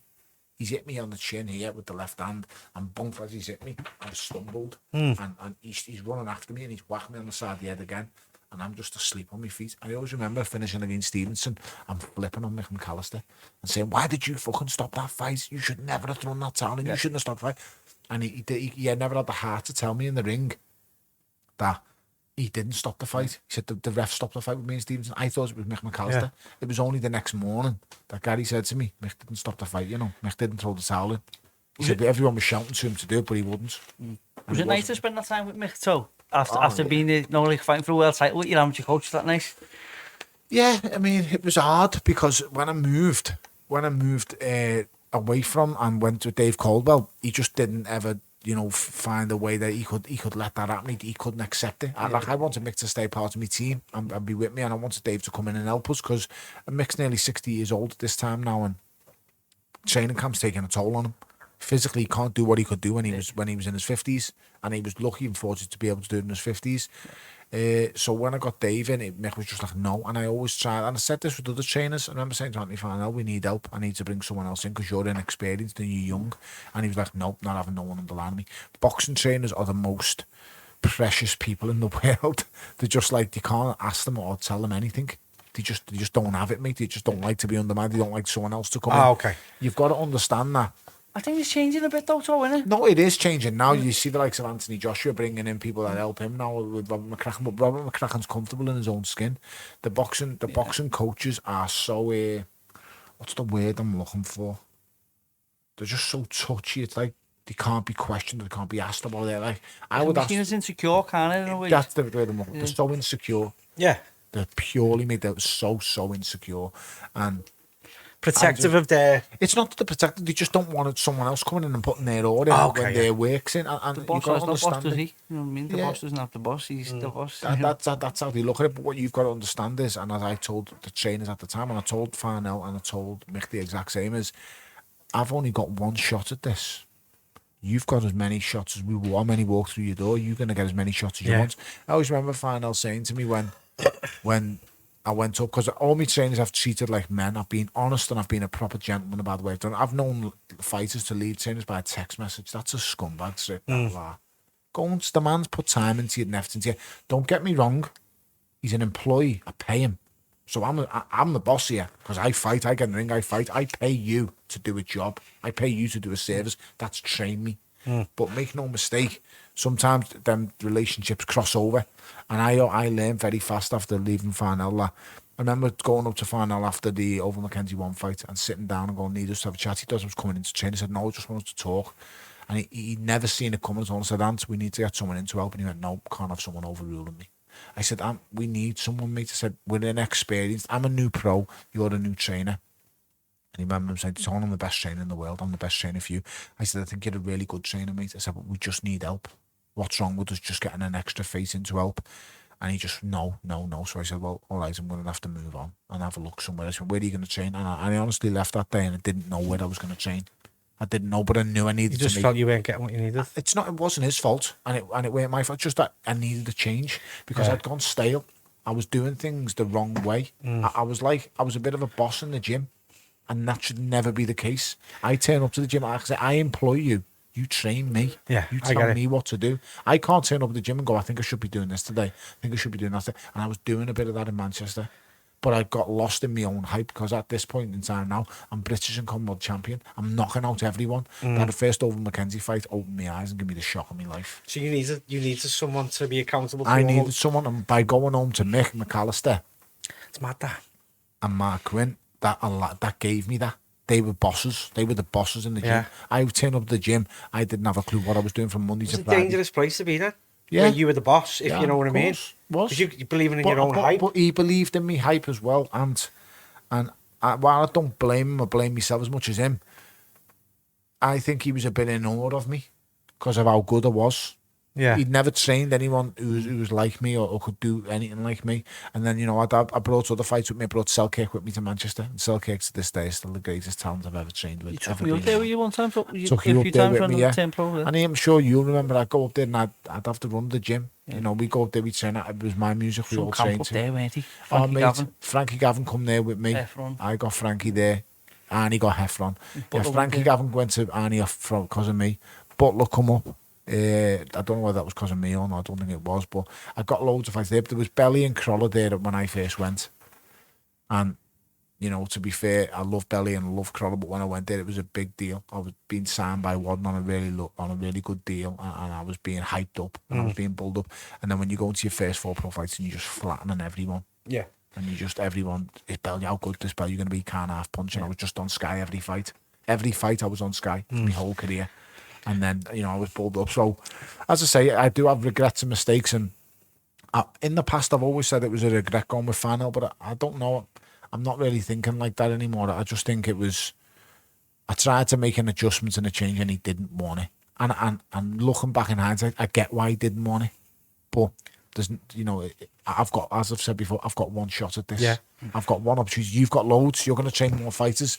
I'll get one chance. So when I went, and then when it went on, when it come to leaving Mick after I'd done a Stevenson fight, that really did break me up. With Farnell, we got on great and it was sound, but I was always aware this is a business relationship. You know, if it wasn't boxing, you wouldn't be my friend. You know, you wouldn't. With Mick, he was my friend. He was my amateur coach. This man trained me for nothing. Yeah. There was no money in it for Mick McAllister. So when it went like that, it broke me heart, mate. It really did. I get it. Conversations you can have, innit? It's one of the hardest mate, when I sat him down and said to him, Mick, can we get someone in? I want to get Dave in and bring him on. He went, Dave Caldwell said, I think he can add something to the camp and I think it can be really good. And I'd spoke to Dave prior and he said, yeah, you know, I'd be happy to help. Because David retired from boxing training now. He'd stopped training fights. He was just managing them and promoting them. And I got him back in, mate. And then when Mick said to me, no, he wasn't willing to work with someone else, it was like, I've got to make this decision again. And I made the decision. And then I remember people in my team were telling me, don't think Dave's strong enough to lead you. The people were telling me who were in my team at the time, they were saying, you know, you need, you know, a cat can't tame a lion. That's what they were telling me, and I was like, "Listen." I had this personal attachment to him, so with Dave, I just knew with Dave. I knew Dave Calder was going to be a brilliant coach. I don't know why I knew. I'll be honest. I don't. You know, I think he'd done a great job with Ryan Rhodes. He'd been part of the Hay camp. David Caldwell was actually the first person who got me to sign Turn Pro. I turned up Dave Caldwell's job. I was on the GB setup, and as you know, you've been down there. You live there Monday to Thursday in Sheffield, and you come home for the weekend. I'd been living in Sheffield for 6 months, Monday to Thursday. At this stage, I've got one kid. Corey's been born. And on the Thursday, Dave Caldwell said to me, do you fancy doing a bit of sparring with John Anthony, a cruiserweight I've got? He's undefeated. I think he was 3-0, 4-0. And I said, yeah, sound, I'll come in. I've been done for 3 good days in camp. I'll go in and spar with him. I went into Dave Caldwell's gym, and mate, I gave this kid the hiding of his lifetime. Like when I sparred, I give people hidings. Yeah. I don't fuck about. You know, if I'm going to give it to you, not, you know, simple as that. No holds barred. Sometimes, to be fair, I wouldn't do it all the time, but sometimes I would turn up. But this time, I had the point of people want to show Dave Caldwell exactly how good I am. I'll show you how good I am. I'll come down your gym. I'll bash the shit out of you, pro. So I give him an hiding, and I hit him with the kitchen sink, mate. I pummeled him. I just wellied him all over the place. I pulled every trick out the boot. Body shots, hooks, put him on a jab, belted him, and Dave Caldwell, right in front of my eyes, got on the phone in front of me right after I finished the sparring session and phoned Frank Wadden in person. At this stage, Frank Wadden didn't want to sign me. He was told by someone that I was fat and lazy and I'll never make light heavyweight. And so Mick Hennessy tried to sign me and I wouldn't sign him because he offered me buttons. And Dave Caldwell phoned Frank Wadden in front of me and said, I've got a TV fighter for you.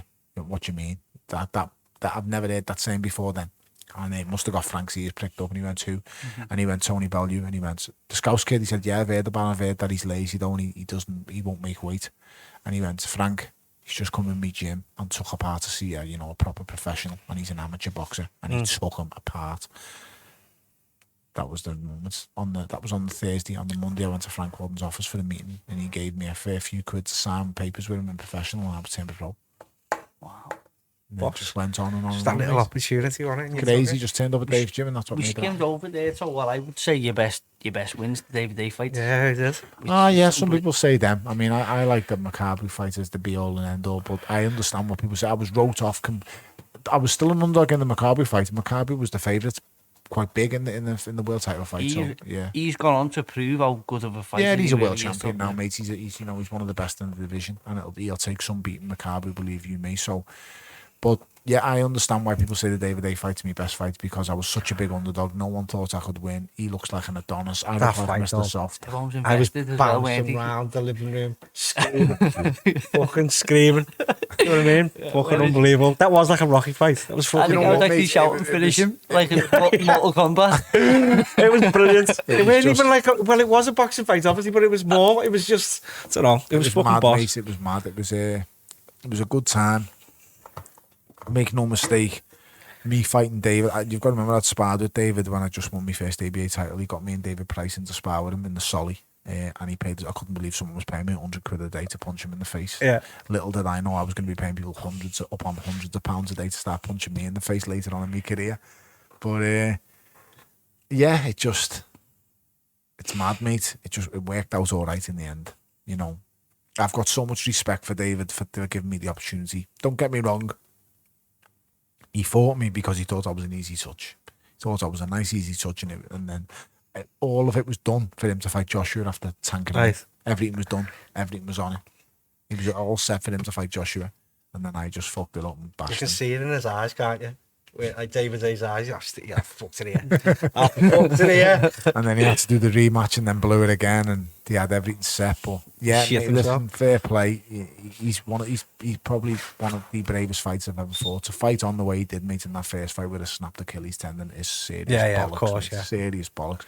In the rematch, there's no excuses. I thought you were hard done by there also, because you win the fight. Yeah, I mean, when he gets the injury at the end of round 5, you should always watch the fight back. He snaps his Achilles in the 6th round. At the end of round 5, I'm always harsh on myself. I had him winning 3-2 at the end of round 5.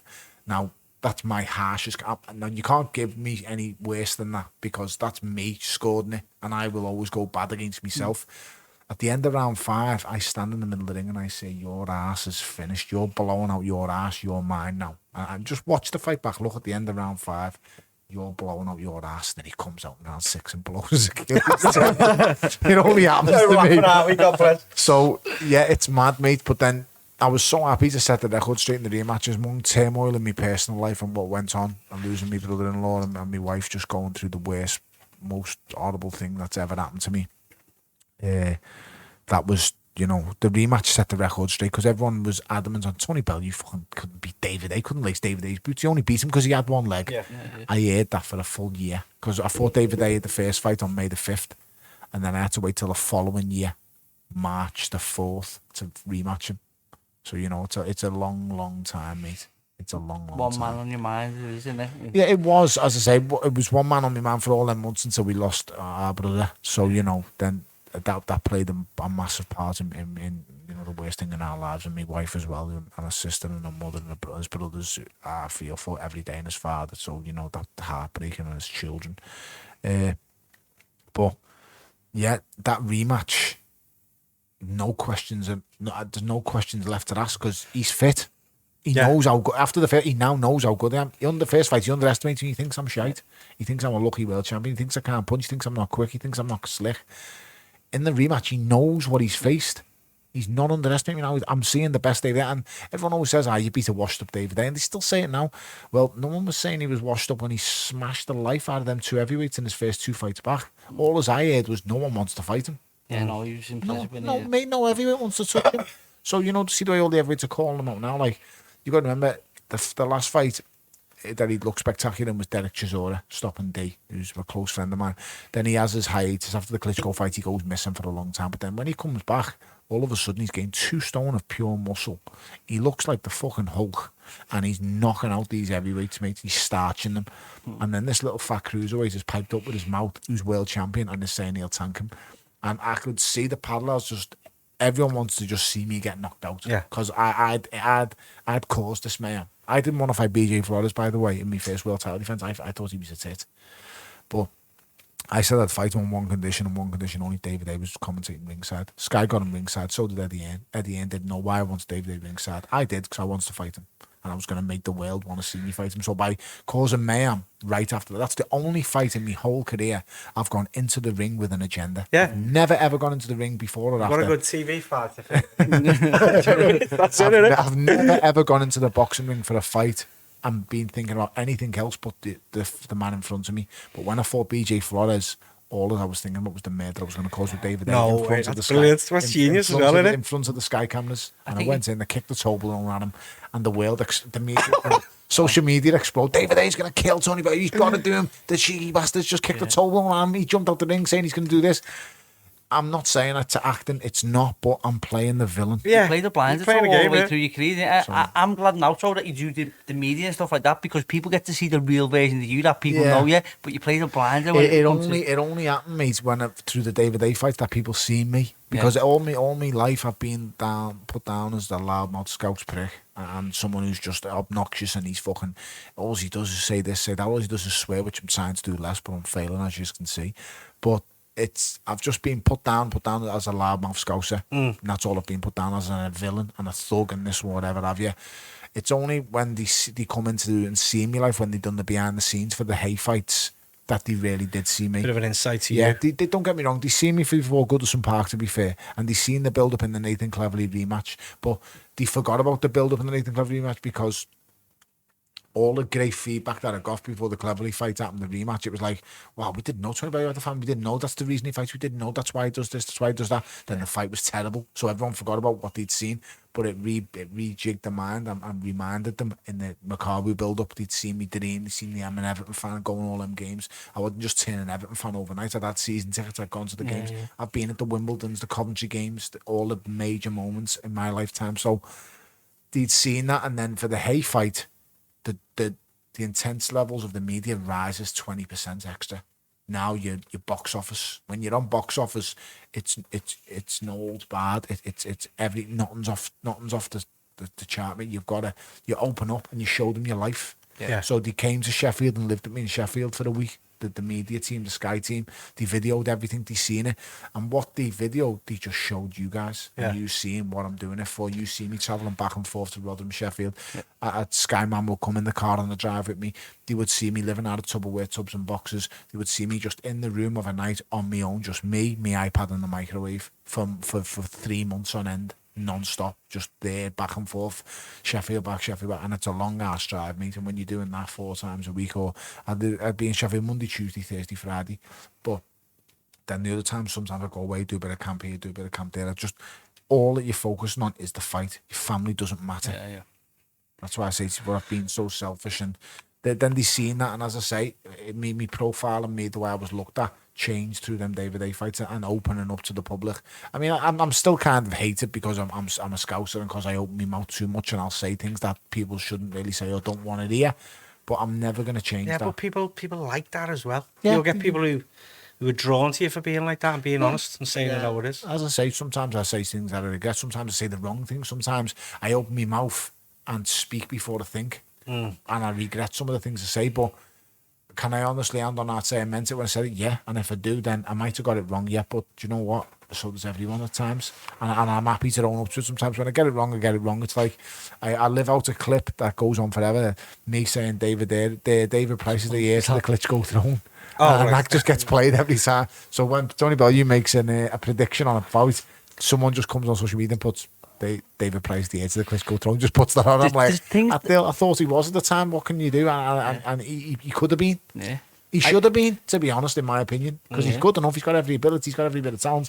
It just didn't work out for him at the wrong time, and he lost at the hands of a cheating bastard. You said the right things a lot, haven't you? You said the right things, and you still can't get no credit for them. Like, I just want to get on with my wife and kids, and people still take the piss and all that. Yeah, that's all I get. It's the most beautiful thing you could say. So, and no one ever said that before me, and I was the first one to say it. And I only started saying it when the fights got serious. Yeah. And I meant every word I said, because you've got to understand, us as fighters, well, I've been a fighter, former fighter, Jazz is a fighter. Yeah, we all want to win. We all want to be world champion. But the most important thing is that we just make it home and win in one piece. When you get back in, John, after that high pressure fight and you get back home to your family and you see them and you're safe and you've won, it's just looking, that's it. It's what it's about. Isn't it? So, you're safe, mate. You're safe, and that's the best way of saying it, because when you get to the levels, now Jazz is at, he's been at these levels, I've been at the levels, to the highest levels in the sport. When you become a world, no one's given a world title, mate. No one. Yeah. A proper world title, no one's given them.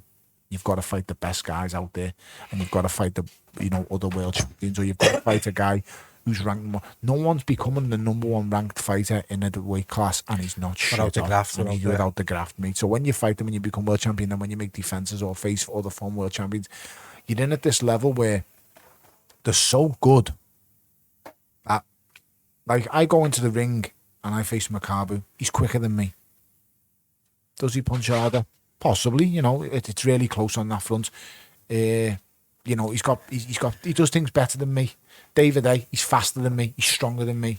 You know, he's more explosive than me. But I've got a better boxing ring than him. My judgment at distance is better than his. He will miss with a big swing, and I will catch him with a good counter because my judgment at distance was a little bit more accurate than his.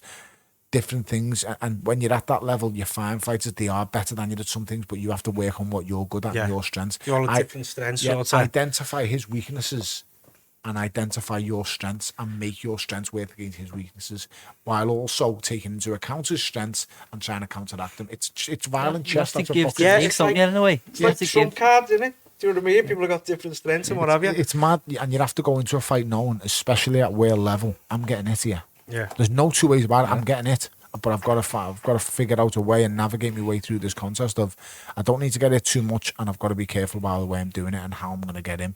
It's so hard to navigate all these things while doing it, and especially when you're on the job against world-class fighters. So for me, it was just keep going, just keep pushing, just keep doing what you can, mate, and it'll work out in the end. But as I say, I'm happy. You know, my career worked out really well. I'm retired. I'm going to stay retired. I've thought about coming back loads of times, and you know, I'm going down to the Cabon gym. He's been asking me for months, Dad and Till, to do some bits with him because I love MMA.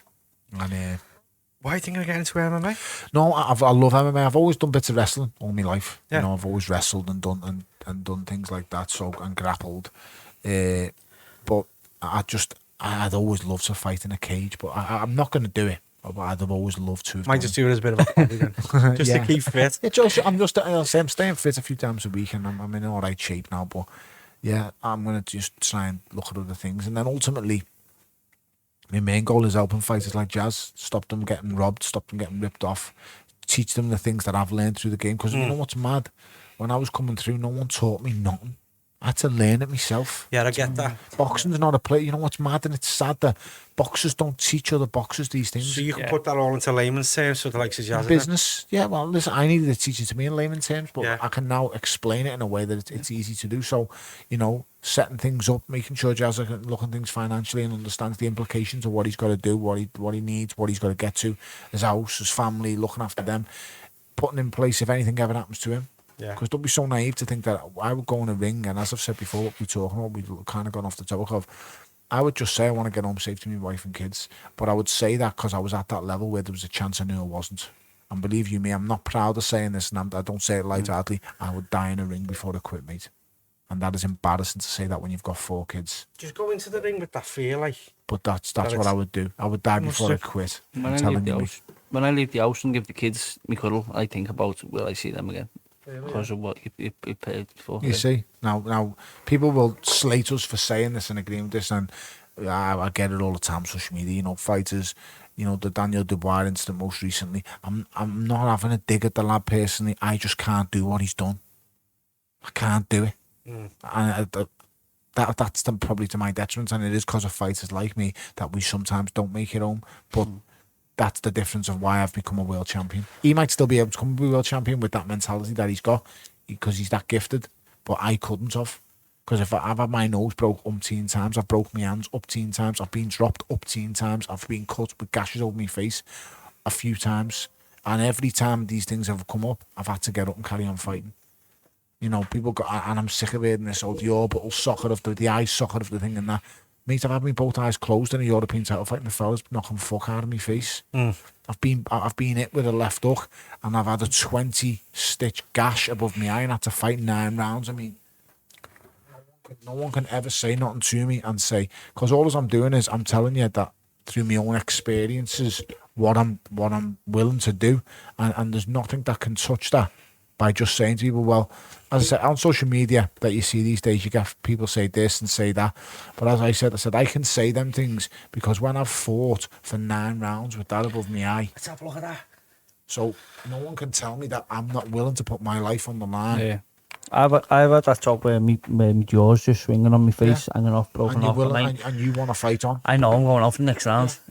Being stopped in that situation, like, you know, you're going back out, don't you? Because you've got to. So basically, people like me and him, we need saving. Yeah. I don't turn up. I remember going back the round and Mick Williamson, the best cut man that this country's ever produced, looked at that cut and that blood was on my chest, on my face, and I had 9 more rounds to go with that cut. That was 9 more rounds to go. In the 3rd round. I boxed him for 9 more rounds and he just pinged him with a jab and just boxed him at long range. I dropped him twice in the first 2 rounds, and in that 3rd round he caught me with that left hook. And I had to carry on fighting. I'd won the first 2 rounds and dropped him twice. I dropped him in the 3rd round. As I was going in for the finish to finish him off, he closed his eyes and threw a left hook. And because it was a punch that caused that cut, I couldn't afford to get stopped because I've lost the fight. If that was off a head clash, the fight could have been stopped and I've won. But because it was a punch? Because it was a punch, he'd have beat me. So I had to stay in the ring and fight with that. The pain every time he touched it, I think he touched it 4 more times in the whole fight in the next 9 rounds. The pain I felt, I thought my eye was coming out of my head. Really? I could feel it was like it was throbbing, and it felt like my eye was going to come out my head. That's how the only. It felt like knock it in the ring. It felt like an arsehole on me forehead. That's the best way to say it. You know when you need a shite After the curry. and the turtlehead's popping, but you're holding it in. That's how my eye felt on my head. That's the best way of saying it. I know that's disgusting, but that's how it felt. And I fought 9 more rounds with it. So, as I say, mate, I'm still thinking about the arsehole. But just when it's popping out, mate, and you've got to hold it in. So, I'm not knocking anyone. I'm not knocking fights and stuff like that. But that's just my mentality of what I had. And believe you me, there's many more like me. It's very few and far between. You won't meet a fighter that's not like me, to be fair, because you've come up tough. It's been hard. You haven't given an easy path. It's when you've been given. Keep going. It's when you've been given the easy path and you've had all them knockover jobs and you've been banging everyone out that you lose that sense of toughness that you need. You lose that hardship in you. Never been given nothing. I've never been given nothing. So when a fight gets hard, I'm willing to fucking meet him head on. And nothing's going to deter me. No matter how many times you knock me down, I'm getting up. I've never been rendered unconscious, touch wood. I've been dropped a number of times. Every time I get up, no matter how groggy I am, no matter how wobbly I am on my legs, I just get up. If I can get up, I will. You'd have to knock me out to put me out, mate. And that's just the mentality. Some fighters have it, some fighters don't. It's very rare they don't have it, to be fair. There's more that do than there is that isn't. But it's a very selective mindset. He's just got it. I always think about, you tell a story. So I was told the same story off Johnny Hand about when you find the back door, using the back door. Once, if you do, it's always, you tell a story, don't you? John Doolan, Duke, told me Rotunda before me second novice final, and he said to me, "Listen, lad, don't you ever fucking spew it." Ever the words he used, don't you ever spew it. Spew it, what a word. That's what he said, John Duke, and Duke said, "Don't ever spew it." And I, what do you mean? He said, don't ever spew it, like, because the first time you do it, it only gets easier after that. He said, don't ever spew it. And I swear to God, mate, it stuck with me. And I'd never spewed it before then, but he just let me know. Duke wasn't this great, masterful tactician boxing trainer. He was old school. Yeah. He'd drill us to the floor, work our bollocks off, mate, fucking drill you into the ground with circuits and whatever. Wants to see you in pain in the gym. Wants to see you go through the pain barrier. Yeah. Proper rotunda. And that's what he said to me. And none of the other, Mick McAllister, even Albo wouldn't have said something like that, or the others, Warbo or Warm. Them coaches, they just weren't their kind of words, because it wouldn't be in their mindset. But what Duke made up for, what Duke didn't have in the technical stuff of the boxing of them, he made up for with just pure a word like that. Yeah. Stuck with me for my whole career. Yeah. I mentioned it the other day on my social media. I just put, Duke, I always remember you saying that to me, like, don't you ever fucking spew it. It stuck with me, my whole life. Fucking man, when I'm 18 years old, he said them words to me, 19 years old, and it stuck with you, like. You can't, because once you spew it once, trust me, I've seen world-class fighters do it. World-class fighters. And I've seen them do it. After they've done it the first time, I've seen them do it again. I'm not going to name the names and disgrace them and make a fool of them, because it's not about me digging people out here at all. I'm just saying, I've seen a fighter do it, a world-class fighter, and I've seen him do it twice. And the first time he done it, I seen him have to go through his mind and he had to really think about it. The second time he done it a lot easier. So, people will obviously know, looking at this, watching it, who I'm talking about, but he done it. He done it, mate. And the sad part is he was a friend of mine. He doesn't speak to me no more, but he's a friend of mine. And I think I don't detract anything from him as a fighter. He's well better than me. He's brilliant. He's outstanding at what he does. He's fantastic. Brilliant fighter. It's just the mindset and the mentality that all them years of when it was easy, it catches up. So when it does get hard and you've got to start calling upon or going to the well, as we say in boxing, when it's time to go to the well, you've got to be prepared for that. And this fighter weren't prepared at that time because it's been too easy in the build-up. Boys, as much I don't want to end this. I know, yeah, we've got to, lad, because we've been on for a long time. People lose interest on these things, after a bit. Thank you so much for your time, Phil. Oh, don't be that. I know you're very busy, so really appreciate your time. I'm not busy for you, lad. Tony, it was a pleasure to meet you. John, totally pleasure, lad. Nice one, mate. Just have to lend us your wig soon, lad, because that wig's boss. my lad's got a head like that, my eldest lad. Just curly heads my kids have got, lads. As I say, we're all mixed race and our house, so we've just got these fucked up genes that we grow curly hair, they grow dead tall. I mean, my lad's 6'4" and he's 15. Yeah. I've got a 12-year-old lad who's 6 foot and they're both a size 11 shoe. No interest in boxing, though? Don't be daft. No. Come on, lads, a good show to the magic show. Fucking hell. I've been punched in the face for 20 years, lads. I watched them get punched in the face as well. No chance. Oh, nice one, Tony. Thank you very much. Thank you so much, Phil. Next time on the How Are We Famalam podcast, we'll be speaking to Tina Malone. So today, we've got the lovely Tina Malone. How are we? I'm okay. How are we, Famalam? How are we, Famalam? I'm fine, Famalam. It's right, Famalam. Whatever that means. I'll go with the flow. It's going to catch on. Yeah, I can see t-shirts with it on.